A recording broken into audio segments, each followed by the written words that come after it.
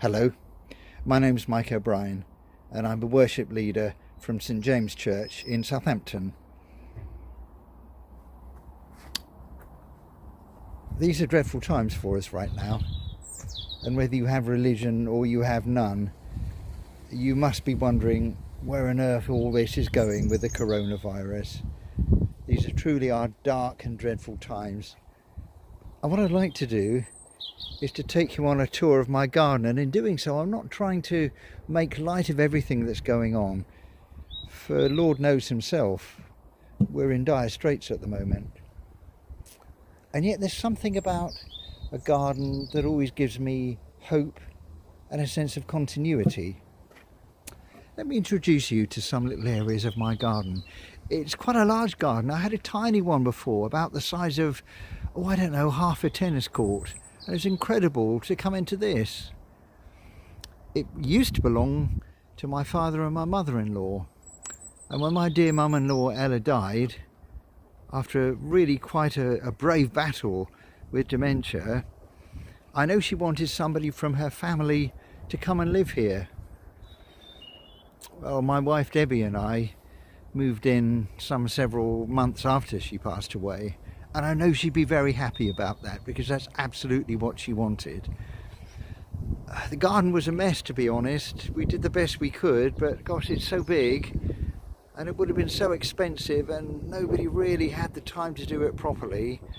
And so I raised some of it to the ground, and other little bits I just tried my best to make the most of what was there already. So there's some really lovely mature shrubs here, which must have been here 40 years when she first came to the house with her husband Bob. And there are some areas that really are waiting to be developed and made more of. There is a saying, isn't there, you're closer to God in a garden than anywhere else on earth. I don't know if those are the precise words, but it's ever so true, isn't it? A place of peace and tranquility, and that's exactly what I've tried to do in this garden, to turn it into somewhere where you can sit and you can think and you can be still and you can take in the world at your own pace, as and when you're ready, and it always leaves me feeling better. I've so enjoyed planting up. This was an area of just weeds and nothing else, and I planted these 2 years ago, and look at those lovely laurels, how they're growing up to form a special little picnic area. Who could imagine that they would have done so well in a space where there was nothing? In fact, I could hardly get through anywhere at this stage. I planted some trees, which I've loved doing the most, I think, probably. I've played around the lawn, because I absolutely love mowing the lawn, so that's going to stay as a nice big area. I'm going to have what look like some green gages there. They're certainly flowering up really well. The blossom's really lovely at this time of year.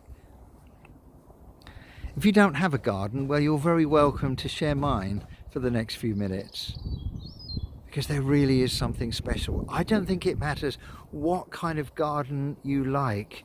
Some people I know love really wild and free gardens. Some people's gardens are geared solely towards nature. Other people, it tends to be me, I'm afraid, like every last blade of grass to be in place. But still, whatever your preference, there's no doubt a garden is the most wonderful place to be. I've loved sharing it with you. I did read somewhere very recently that to plant something means you have hope for the future, and that's the only thing we can all have, hope for the future. But I'd like to end this little tour with a prayer for the evening to see you through the night. For one thing you can be sure of, that in yours and my and our darkest times, the light of Jesus Christ will shine at its very brightest. God bless you. Eternal God, as you begin to lower the canopy of night and its gentle shadows cover us with your peace. May the dews of heaven heal our wounds and wash the tears from our eyes. And may the burning light of Christ banish forever the darkness of our souls, that we may be at peace. Amen. And that prayer comes from this lovely little book of Celtic prayer, written by Pat Robson. I wish you a peaceful night. Good night, and may God be with you.